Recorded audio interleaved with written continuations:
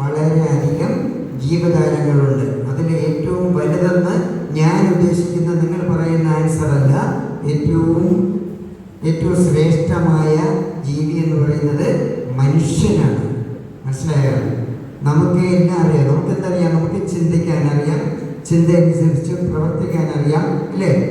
പിന്നെ നമുക്കെന്താണ് തിരിച്ചറിവ് എന്നുള്ളൊരു ബോധമുണ്ട്. എന്താണ്, നമ്മൾ അമ്മയെ കണ്ടാൽ അമ്മയെന്ന് തോന്നും, അച്ഛനെ കണ്ടാൽ അച്ഛനെന്ന് തോന്നും, ഇങ്ങനെ അതിന് സഹപാഠികളെ കണ്ടാൽ സഹപാഠികളായിട്ട് തോന്നും. ഇതൊക്കെ അറിയാനുള്ള ഒരു കഴിവ് ദൈവം നമുക്ക് തന്നിട്ടുണ്ട്. ശരിയാണോ? അത് കഴിഞ്ഞിട്ട് നമുക്ക് വേണ്ടി തന്നെ ഈ ഭൂമിയിൽ ഒരുപാട് കാര്യങ്ങൾ ദൈവം നമുക്ക് തന്നിട്ടുണ്ടോ? എന്താണ്? മഴ ഉണ്ട്, മഴയല്ലേ? മല അറിയാമോ? മലയുണ്ട്. ഒപ്പം തന്നെ പുഴ അറിയാമോ? ആറുണ്ട്, കടലുണ്ട്, മണലുണ്ട്, പൂങ്കാവനങ്ങളുണ്ട്, അല്ലേ? കാടുണ്ട്. കാടിൽ ഇഷ്ടം പോലെ വന്യജീവികളുണ്ട്. എന്നാൽ നമ്മളെ നാട്ടിൽ വന്യജീവികളാണോ ഉള്ളത്? വളർത്തു മൃഗങ്ങളുണ്ട്, അല്ലേ? നമ്മളെ വീട്ടിൽ പശുവുണ്ട്, ആടുണ്ട്, കോഴിയുണ്ട്. ഇതൊക്കെയല്ലേ ഉണ്ടോ? ഇതെല്ലാം ഉണ്ട്. അപ്പൊ ഇതിനെല്ലാം പരിപാലിക്കുന്നത് നമ്മളാണ്, അല്ലേ? ശരിയാണോ? അപ്പോൾ നമുക്ക് വിഷയത്തിലോട്ട് കിടക്കാം. നമ്മളെല്ലാവരും മനുഷ്യരാണ്. നമുക്കെല്ലാവർക്കും എന്തോന്നുണ്ട്? ഇപ്പോൾ ഇരിക്കുന്ന മുഴുവൻ പേർക്ക് എന്തുണ്ട്? ജീവനുണ്ടോ? ഇല്ലാത്തവരാരുമില്ലല്ലോ.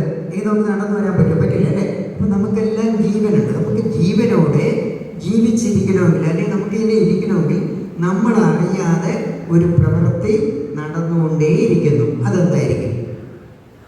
നമ്മൾ അറിയുന്നില്ല. നമ്മളെങ്ങനെ ഇരിക്കുന്നു? സംസാരിക്കുന്നു, ഓടുന്നു, ചാടുന്നു, പഠിക്കുന്നു. അപ്പോൾ നമ്മളറിയാതെ ഒരു പ്രവർത്തനം അങ്ങ് നടന്നുകൊണ്ടിരിക്കുന്നു. എന്തായിരിക്കും?